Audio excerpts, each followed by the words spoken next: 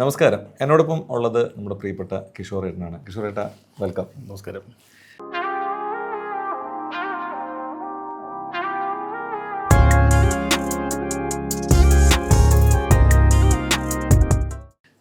കിഷോറേട്ടൻ പൊതുവേ ഈ നമ്മൾ ഏതെങ്കിലുമൊക്കെ പ്രോഗ്രാമിൽ കാണുമ്പം ട്രഡീഷണൽ ഡ്രസ്സിലാണ് കാണുന്നത്.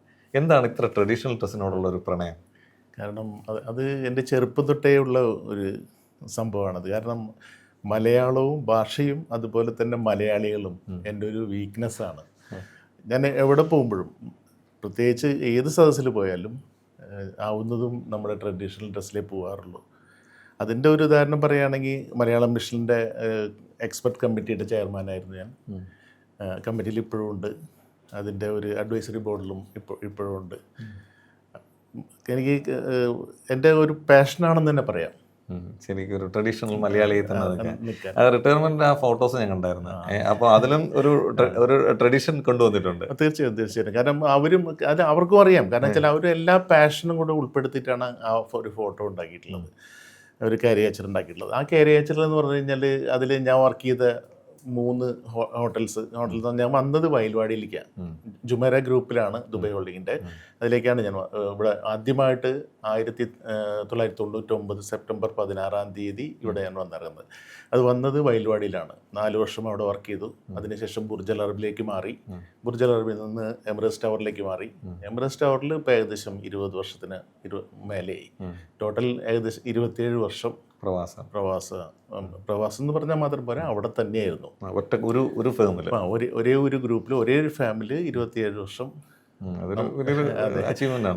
തീർച്ചയായിട്ടും. കാരണം ഇപ്പോൾ നമ്മൾ നാട്ടിലൊരു ഗവൺമെൻറ് സർവീസ് കിട്ടിയാൽ തന്നെ അതിൽ ഉണ്ടാവുന്നു ഏകദേശം 25-30 വർഷം അതിനിടയ്ക്കായിരിക്കും എപ്പോഴും ഉണ്ടാവുക. അതേ കാലഘട്ടം എനിക്കിവിടെ ജോലി ചെയ്യാൻ പറ്റി എന്നുള്ളതാണ് എനിക്ക് ഏറ്റവും മനസ്സിന് ഒരു തൃപ്തി തരുന്നത്. ശരിക്കും ചേട്ടാ നാട്ടിലെവിടെയാണ്?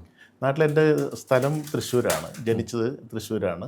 പക്ഷെ ഞാനിപ്പോൾ ഒരു ഈ 28-29 വർഷമായിട്ട് സെറ്റിലായിട്ടുള്ളത് കോഴിക്കോട്. അത് ഞാൻ മാരി ചെയ്തത് കോഴിക്കോട് നിന്നാണ്. പിന്നെ വൈഫിന് ഒരു ആരോഗ്യ പ്രശ്നങ്ങളൊക്കെ വന്ന് അവിടെ ആയുർവേദ ഹോസ്പിറ്റലിൽ ഇങ്ങനെ ട്രീറ്റ്മെൻറ്റും കാര്യങ്ങളൊക്കെ ആയിട്ട് അങ്ങനെ എത്തിപ്പെട്ടതാണ്. അപ്പോൾ കൊടുങ്ങല്ലൂർ അമൃതാനന്ദമയി സ്കൂളിൽ വർക്ക് ചെയ്തിരുന്ന മക്കളെ മിഡിൽ ഇതായതുകൊണ്ട് കോഴിക്കോട് അമൃതാനന്ദമയിൽ ചേർത്തി.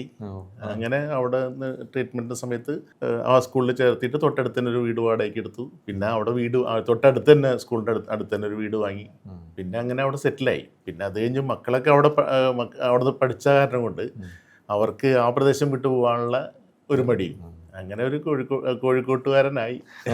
പക്ഷെ എങ്കിലും മനസ്സിൽ സാംസ്കാരിക കേരളത്തിന്റെ ഒരു തനിമ നിലനിർത്താൻ അതാണ് ആ ട്രഡീഷണൽ ആയിട്ട് എവിടെയും കാണുന്നത്. അതെ, തീർച്ചയായിട്ടും. ഈ ഇവിടെ വന്നിട്ട് ശരിക്കും നമ്മൾ ഈ പ്രവാസത്തിലേക്ക് വരുമ്പോൾ ആദ്യമായിട്ട് എന്ത് പോസ്റ്റിലായിരുന്നു ജോബ്? ഞാൻ ഒരു എൻട്രി ലെവലിലാണ് കയറിയത് പ്രവാസത്തിൽ. പക്ഷെ അതിനു മുമ്പ് നാട്ടിൽ എന്തായിരുന്നു എന്ന് ചോദിച്ചു കഴിഞ്ഞാൽ, ഞാൻ എൻ്റെ വിദ്യാഭ്യാസം കഴിഞ്ഞതിന് ശേഷം ആദ്യമായിട്ട് കയറുന്നത് മെഡിക്കൽ റെപ്രസെൻറ്റേറ്റീവ് ആയിട്ടാണ്. മെഡിക്കൽ റെപ്രസെൻറ്റേറ്റീവായി. പിന്നെ കേരളത്തിലെ ഒരു സ്റ്റേറ്റിലെ ഒരു സെയിൽസ് മാനേജറായി. പിന്നെ അത് കഴിഞ്ഞു ഞാൻ 5 സ്റ്റേറ്റിൻ്റെ സെയിൽസ് മാനേജറായിരുന്നു. എല്ലായിടത്തും ഏരിയ മാനേജേഴ്സും ഒക്കെയുള്ള ഫുൾ ട്രാവലിംഗ് ആയിരുന്നു. ആ സമയത്ത് ഈ യാത്രയും ഹോട്ടൽ ഭക്ഷണവും ഡെയിലി ട്രാവലിംഗ് ആണ്. നൈറ്റ് മുഴുവൻ ട്രാവലിംഗ്, രാവിലെ വർക്ക്, പിന്നെ അത് കഴിഞ്ഞ് വീണ്ടും കണ്ടിന്യൂ ഈ ഹോട്ടൽ ഭക്ഷണമൊക്കെ കഴിച്ചു. പിന്നെ അവസാനം ചെറിയ ആരോഗ്യ പ്രശ്നങ്ങൾ വന്നു തുടങ്ങി. വയറിനും തൈറോയിഡ്, മലേറിയ, അങ്ങനെയുള്ള പ്രശ്നങ്ങളൊക്കെ വന്നിട്ട് ഈ ജോലി ഉപേക്ഷിക്കേണ്ടി വന്നു. കാരണം വെച്ചാൽ അലച്ചിൽ ഉള്ള ജോലി പറ്റാതെ വന്നു.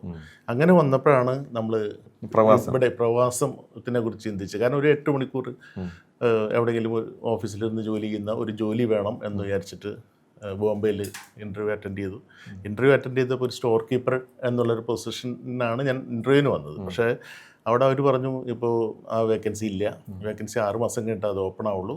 അതുകൊണ്ട് ആകെ ഇപ്പോൾ ഉള്ളത് ഒരു ജനറൽ പ്രസൻറ്റേറ്റീവ് ആണ്. എന്ന് പറഞ്ഞാൽ ദാറ്റ് ഈസ് എ ഹെൽപ്പർ. ആ ഹെൽപ്പർ എന്നുള്ള രീതിയിലാണ് ഞാൻ വന്ന് കയറുന്നത് അവിടെ. അങ്ങനെ അവിടെ കയറി. പിന്നെ അവിടെ കുറേ 4 വർഷം അവിടെ വർക്ക് ചെയ്തു. അല്ല, ഒരു മാനേജർ ലെവലിൽ വർക്ക് ചെയ്തിട്ട് പെട്ടെന്നൊരു ഹെൽപ്പർ ലെവലിലേക്ക് വന്നപ്പോൾ മാനസികമായി അതെങ്ങനെ ഇത് ചെയ്യാൻ പറ്റി? അല്ല, ഇവിടെ വന്നപ്പോഴും സത്യം പറഞ്ഞാൽ ഈ ചോദ്യം ഇവിടെ വന്ന ആൾക്കാർ മുഴുവൻ ചോദിച്ചതാണത്. കാരണം എന്നേക്കാൾ കൂടുതൽ മറ്റുള്ളവർക്കാണ് അത് ഇത് ചെയ്യാൻ പറ്റാതെ വന്നത്. നാട്ടിൽ നിന്ന് നമ്മൾ സുഹൃത്തുക്കളോ ബന്ധുക്കളോ ഒക്കെ വരുമ്പോൾ വന്ന് കാണുമ്പോൾ, കാരണം വെയിലത്താണ് പണി, കാരണം റെയ്ഡും കാര്യങ്ങളൊക്കെ അല്ലേ, എപ്പോഴും പുറത്താണ് പണി, കളർ പോയി, പുറത്ത് നിന്നിട്ടുള്ള നമ്മൾ വണ്ണം കുറഞ്ഞു, ആകെ രൂപം തന്നെ മാറിപ്പോയി. അപ്പോൾ വരുന്ന എല്ലാവരും ചോദിക്കും, നിങ്ങൾ എങ്ങനെ ഇത് സഹിച്ച് നിൽക്കുന്നു, നിങ്ങൾക്ക് പോയിക്കൂടെ, നിങ്ങൾക്ക് നാട്ടിൽ തന്നെ ജോലി ചെയ്താൽ പോരെ എന്ന് പറഞ്ഞു. അപ്പോൾ ഞാൻ പറഞ്ഞു, ഇല്ല, നമ്മൾ ഒരു ഉദ്ദേശത്തോടു കൂടി വന്നതാണ്, പക്ഷെ വരുമ്പോൾ നമ്മൾ ഒരു 5 വർഷം നിൽക്കുക എന്നുള്ള ഇതിലാണ് നമ്മൾ വരുന്നത് തന്നെ. പിന്നെ അത് എനിക്ക് അങ്ങനെ ഒരു ഇതായിട്ട് തോന്നിയിട്ടില്ല. കാരണം എന്താണെന്ന് വെച്ച് കഴിഞ്ഞാൽ നമുക്ക് ഇതൊരു 8 മണിക്കൂറിൻ്റെ ജോലിയാണ്. അപ്പോൾ കറക്റ്റായിട്ട് നല്ല ഭക്ഷണം, നല്ല താമസം, നല്ല ട്രാൻസ്പോർട്ടേഷൻ കാര്യങ്ങളെല്ലാം, നല്ല ഫെസിലിറ്റീസ്. ആ ഫെസിലിറ്റീസ് പിന്നെ അതോടുകൂടി അവിടെ തന്നെ നിന്നുപോയി. പിന്നെ അത് കഴിഞ്ഞ് മാറുന്നത് ഒരു ടെക്നീഷ്യനായിട്ട് ഞാൻ ബുർജ് അൽ അറബിലേക്ക് മാറുന്നത്, പബ്ലിക് ഏരിയ ടെക്നീഷ്യനായിട്ട്. പക്ഷേ അവിടെ ചെന്ന് കഴിഞ്ഞപ്പോൾ 4 വർഷം കഴിഞ്ഞിട്ടാണ് അവിടെ ചെല്ലുന്നത് ടെക്നീഷ്യനാവുന്നത്. ടെക്നീഷ്യൻ ആയതിനു ശേഷം പക്ഷേ ഈ 6 മാസത്തിനുള്ളിൽ തന്നെ എനിക്ക് 4 പ്രൊമോഷൻസ് കിട്ടി. കാരണം ഞാൻ ഇവിടെ കുറേ, ഞങ്ങൾക്ക് ജുമേറയിലുള്ള ഏറ്റവും വലുതെന്ന് പറഞ്ഞു കഴിഞ്ഞാൽ ലേണിംഗ് ആൻഡ് ഡെവലപ്മെൻറ്റ് ഒരു സെപ്പറേറ്റ് വിങ് തന്നെയുണ്ട്. അവരെന്ന് പറഞ്ഞു കഴിഞ്ഞാൽ നല്ല രീതിയിൽ ട്രെയിനിങ് കൊടുക്കും എല്ലാവർക്കും. കാരണം വെച്ചാൽ അവർ ഒരു ഗസ്റ്റ് വന്നു കഴിഞ്ഞാൽ ആ ഗസ്റ്റിനെ അംബാസഡേഴ്സ് ആണല്ലോ എല്ലാ സ്റ്റാഫുകളും.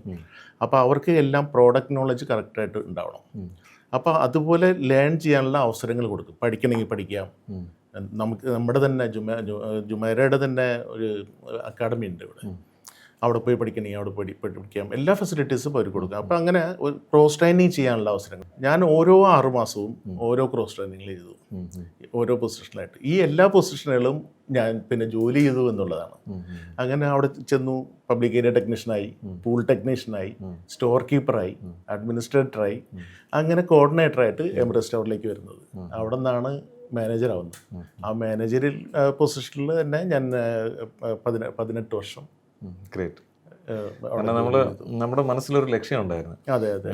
ഇപ്പം പൊതുവേ ഈ വരുന്ന ആൾക്കാർക്കുള്ള പ്രശ്നം എന്ന് പറഞ്ഞാൽ നമ്മൾ ലെവല് താഴ്ന്നു പോയി കഴിഞ്ഞാൽ, ഇപ്പം ഈ പറയും പോലെ പ്രത്യേക ഔട്ട്സൈഡിൽ ഇപ്പോഴത്തെ ചൂട്, ആ ചൂടിലൊക്കെ വർക്ക് ചെയ്യേണ്ടി വന്നു കഴിഞ്ഞാൽ അപ്പോഴേ മാനസികമായി തളർന്നിട്ട് എനിക്ക് വേണ്ടാന്ന് ഉപദേശിക്കപ്പെടുന്നതാണ്.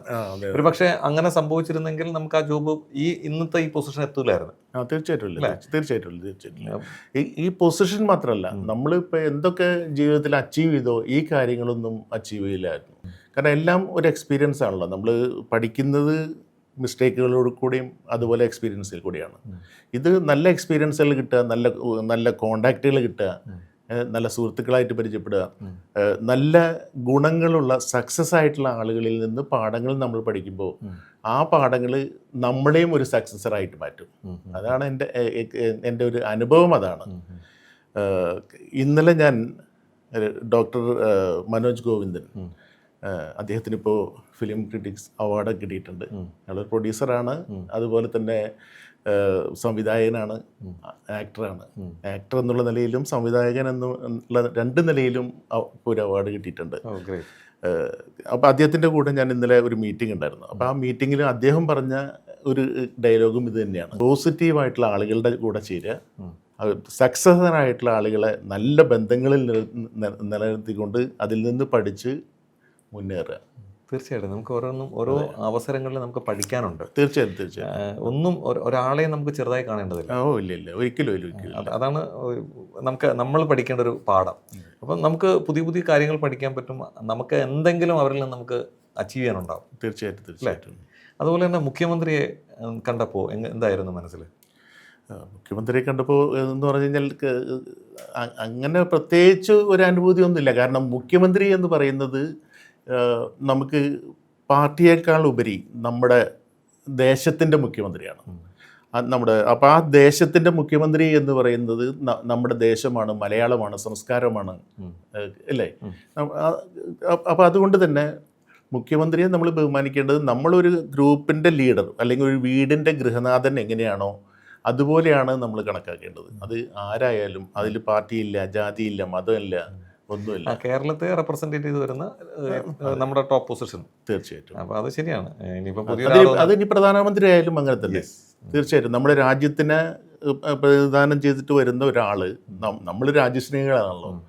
നമ്മൾ ഈ രാജ്യത്തെ ബഹുമാനിക്കുന്നു, കാരണം നമ്മുടെ സെക്കൻഡ് ഹോമാണിത്. നമ്മുടെ വളർച്ചയ്ക്ക് എല്ലാ സഹായം ചെയ്തു തന്ന ഈ രാജ്യത്തിനെ ഏറ്റവും കൂടുതൽ ബഹുമാനിക്കണം. അതിൻ്റെ കൂടെ തന്നെ എന്ത് തന്നെയായാലും നമ്മൾ നാട്ടിലേക്ക് തിരിച്ചു പോകേണ്ടവരാണ്. ഇവിടെ നമുക്കൊരു ഇതില്ലല്ലോ, എന്ത് തന്നെയായാലും തിരിച്ചു പോയേ പറ്റൂ. പക്ഷേ ഈ രാജ്യത്ത് നിന്ന് വിട്ടുപോകാൻ നമുക്കൊരു ഭയങ്കര വിഷമമുണ്ട്. കാരണം എന്താണെന്ന് വെച്ച് കഴിഞ്ഞാൽ നമ്മുടെ എല്ലാ ഡെവലപ്മെൻറ്റ്സും, എന്നെപ്പോലെ തന്നെ എല്ലാവരുടെയും ഡെവലപ്മെൻറ്റ്സും എല്ലാം ഇവിടുത്തെ ഭരണാധികാരികളാണ്. അവരെയാണ് നമ്മൾ ശരിക്കും പറഞ്ഞാൽ ഹൃദയത്തോടെ നമ്മൾ അനുമോദിച്ചേ പറ്റൂ.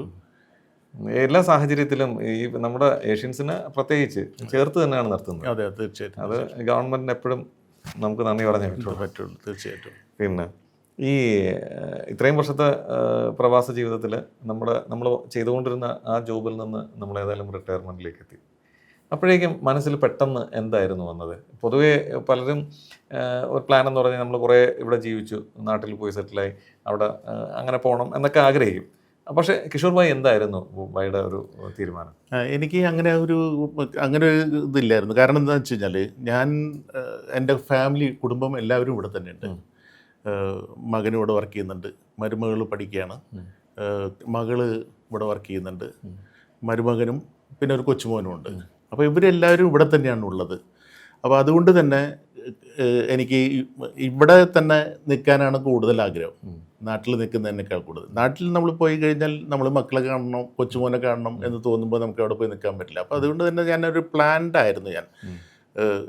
അതിന് 2 വർഷം മുമ്പേ റിട്ടയർ ആവാൻ ഞാൻ പ്ലാൻ ചെയ്തതാണ്. അപ്പോൾ കമ്പനി 2 വർഷം കൂടെ നിൽക്കാൻ പറഞ്ഞുകൊണ്ട് നിന്ന് പോയി കണ്ടിന്യൂ ചെയ്തതാണ്.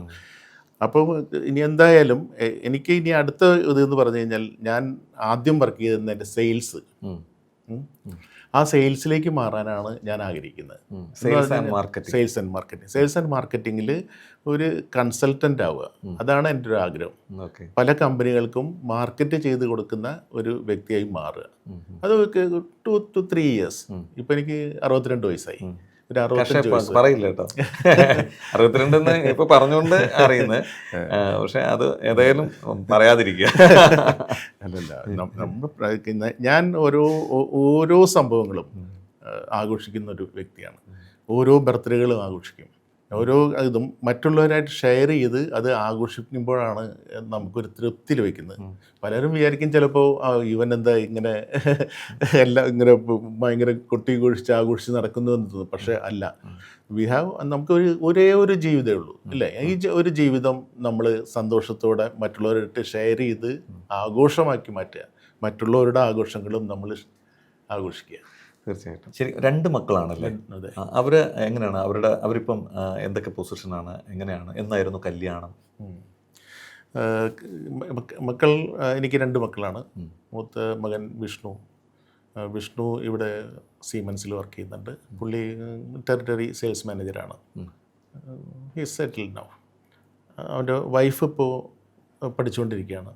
പിന്നെ മകൾ അബുദാബി ഇന്ത്യൻ എംബസിയിൽ വർക്ക് ചെയ്യുന്നുണ്ട്. കഴിഞ്ഞ 1.5 വർഷമായിട്ട് ജോലി അവിടെ ഉണ്ട്. പിന്നെ മരുമകൻ അബുദാബിയിൽ ഒരു സൈറ്റ് ടെക്നോളജി എന്ന് പറഞ്ഞൊരു കമ്പനിയിൽ വർക്ക് ചെയ്യുന്നുണ്ട്. ഒരു കൊച്ചുമോനുമാണ് ഉള്ളത്. കല്യാണം പറയുമ്പോൾ ഒരു ഭയങ്കര സംഭവമാണത്. കാരണം മകളുടെ കല്യാണം നിശ്ചയിച്ചു, നല്ല രീതിയിൽ കല്യാണ നിശ്ചയമൊക്കെ നാട്ടിൽ വെച്ചൊക്കെ നടത്തി. ഈ നാട്ടിലെ ലോക്കലായിട്ടുള്ള അറബ്സ് വരെ വന്ന് നല്ല രീതിയിലൊരു ആഘോഷം അവിടെ നടത്തിയിരുന്നു. അത് കഴിഞ്ഞ് പക്ഷേ നിശ്ചയിച്ച ആ ദിവസം വരുന്നതിന് തൊട്ട് മുമ്പായിട്ട് ഞാൻ 1 മാസം മുമ്പ് വൈഫിനെ നാട്ടിലേക്ക് പറഞ്ഞയച്ചു.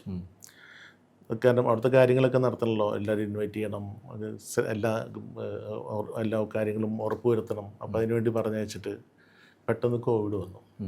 കോവിഡിൻ്റെ അവസാനത്തെ ഫ്ലൈറ്റ്, ഇന്ത്യയിൽ നിന്ന് നമ്മുടെ നാട്ടിൽ നിന്ന് പുറപ്പെടുന്ന അവസാനത്തെ ഫ്ലൈറ്റ് UAE വന്നിറങ്ങുന്ന ഫ്ലൈറ്റിൽ എയർപോർട്ടിൽ വന്ന് ടിക്കറ്റ് എടുപ്പിച്ച് വൈഫിനെ കൊണ്ടുവന്ന് ആ ഫ്ലൈറ്റിൽ വന്ന് തിരിച്ചിങ്ങോട്ട് കൊണ്ടുവന്നത്. അല്ലെങ്കിൽ ശരിക്കും വൈഫ് അവിടെ പെട്ടുപോയനെ. അങ്ങനെ വൈഫിനെ തിരിച്ചു കൊണ്ടുവന്നു. ഇത് നോക്കി വെച്ചിരുന്ന പയ്യൻ എന്ന് പറയുന്നത് അബുദാബിയിലാണ്. അപ്പോൾ അത് എൻ്റെ ഇവിടെ ഈ സമന്വയ എന്ന് പറയുന്ന സംഘടനയിലുണ്ടായിരുന്നപ്പോൾ മെമ്പറായിരുന്ന ആൾ കൂടിയാണ്. അപ്പോൾ ഞങ്ങൾക്ക് തമ്മിലറിയാം, ഇവിടെ വെച്ച് തന്നെ നന്നായിട്ട് അറിയാം. 2 പേരും പ്രവാസികളായതുകൊണ്ട് തന്നെ കാര്യങ്ങളൊക്കെ പറഞ്ഞാൽ മനസ്സിലാവുമല്ലോ. അങ്ങനെ നിശ്ചയിച്ച നിമിഷത്തിൽ അതേ മുഹൂർത്തത്തിൽ തന്നെ വീട്ടിൽ വെറും 5 പേരെ വെച്ചിട്ട് കല്യാണം നടത്തേണ്ടായത് ഗൾഫിൽ. ഓ അത് ശരി. അത് ഈ 5 പേരെന്ന് പറഞ്ഞു കഴിഞ്ഞാൽ ഞങ്ങൾ 4 പേര്, പയ്യൻ 5 പേര്. അപ്പോൾ പയ്യൻ്റെ അച്ഛൻ പറഞ്ഞ ഒരേ ഒരു കാര്യം എന്താണെന്ന് വെച്ച് കഴിഞ്ഞാൽ ഒരു പൂജ ചെയ്യാൻ ഒരാൾ വേണം എന്നുള്ളതാണ്. അങ്ങനെ നമ്മുടെ ഒരു സുഹൃത്തിനെ സംഘടിപ്പിക്കാൻ പറ്റി. അദ്ദേഹം വന്നു, അദ്ദേഹം പൂജയും കാര്യങ്ങളൊക്കെ നടത്തി. അങ്ങനെ ആ കല്യാണം കഴിഞ്ഞു. കോവിഡ് സമയത്ത് ഈ ഗൾഫിൽ വെച്ചിട്ട് കല്യാണം നടന്നതാണ്. അത് ആദ്യത്തെ തന്നെ ആയിരിക്കും ചിലപ്പോൾ ആ അങ്ങനെ നടന്ന ആദ്യത്തെ കല്യാണമാണ്. കാരണം നമ്മുടെ ഇവിടുത്തെ കോൺസുലേറ്റിൽ രജിസ്റ്റർ ചെയ്യാൻ പോയപ്പോൾ അതിനുശേഷം പിന്നീട് കുറച്ച് പല ഇതും വന്നു എന്ന് പറഞ്ഞു. പക്ഷേ ആദ്യത്തെ കല്യാണം രജിസ്റ്റർ ചെയ്തത് ഇവിടുന്ന് രജിസ്റ്റർ ചെയ്തത് ഈ വിവാഹമായിരുന്നു. തീർച്ചയായിട്ടും ഒരു വലിയ എന്നിട്ട് സൂമിലാണ് ബാക്കി എല്ലാവരും കണ്ടത്. വലിയ രീതിയിൽ നാട്ടിൽ നടത്തണമെന്ന് ആഗ്രഹിച്ച കല്യാണമാണ്. അതേപോലെ തന്നെ മകൻ്റെ കല്യാണവും അങ്ങനെ തന്നെ. രണ്ടാമത്തെ പീക്ക് ടൈം വന്ന സമയത്താണ് മകൻ്റെ കല്യാണവും നടക്കുന്നത്. അതും 20 പേരെ നമ്മുടെ സൈഡിൽ നിന്ന് പങ്കെടുപ്പിച്ച്. പക്ഷെ അവരുടെ വീട്ടിൽ കുറച്ച് മെമ്പേഴ്സ് കൂടുതലുണ്ടായിരുന്ന കാരണം കൊണ്ട് അവരും ഉണ്ടായിരുന്നു. ചുരുങ്ങിയ രീതിയിലാണ് മോൻ്റെ കല്യാണം. അതെവിടെ വെച്ചായിരുന്നു? അത് അന്നമനട എന്ന് പറയുന്ന ഒരു സ്ഥലത്ത്, മാളയ്ക്കടുത്ത് അന്നമനട. കോവിഡിൻ്റെ പ്രോട്ടോകോൾ വെച്ചുകൊണ്ട് നടത്തിയൊരു കല്യാണമായിരുന്നു അത്. പക്ഷെ ദൈവം സഹായിച്ചിട്ട് എല്ലാത്തിനും ദൈവം, നമ്മൾ നന്മകൾ ചെയ്യുമ്പോൾ ദൈവം നമ്മളെ അനുഗ്രഹിക്കും. എനിക്ക് ഒരു ഭാഗ്യമുണ്ടായി. എൻ്റെ കമ്പനി ജുമേറ എമിറേറ്റ്സ് ടവറിൻ്റെ ടെറസിൻ്റെ മേലെ ഒരു റിസപ്ഷൻ നടത്താൻ, ഒരു 350 പേരെ വെച്ചൊരു റിസപ്ഷൻ നടത്താൻ, 2 പേരെയും കൂടെ റിസപ്ഷൻ നടത്താനുള്ള ഒരു അനുഗ്രഹം എനിക്കുണ്ടായി. ആ ഒരു സഹായം ആ കമ്പനി എനിക്ക് ചെയ്തു തന്നു. അതൊരു മഹാഭാഗ്യമാണ് തീർച്ചയായിട്ടും. അതൊക്കെ മെമ്മറിയിൽ സൂക്ഷിക്കാൻ പറ്റുന്നതല്ലേ. കാരണം വെച്ചാൽ ഇപ്പോൾ മക്കളായാലും ആരായാലും ഒക്കെ ഇത് അങ്ങനെ നിസ്സാരമായിട്ട് നടത്താൻ പറ്റുന്നൊരു, സാധാരണക്കാരൻ നടത്താൻ പറ്റുന്നൊരു കാര്യമല്ലല്ലോ. പ്രത്യേകിച്ച് ജോലി ചെയ്യുന്ന ആൾക്കാർക്കൊന്നും നടത്താൻ പറ്റുന്നൊരു കാര്യമില്ല. അങ്ങനെ ഒരു ഭാഗ്യം എനിക്കുണ്ടായിരുന്നു. Thank you.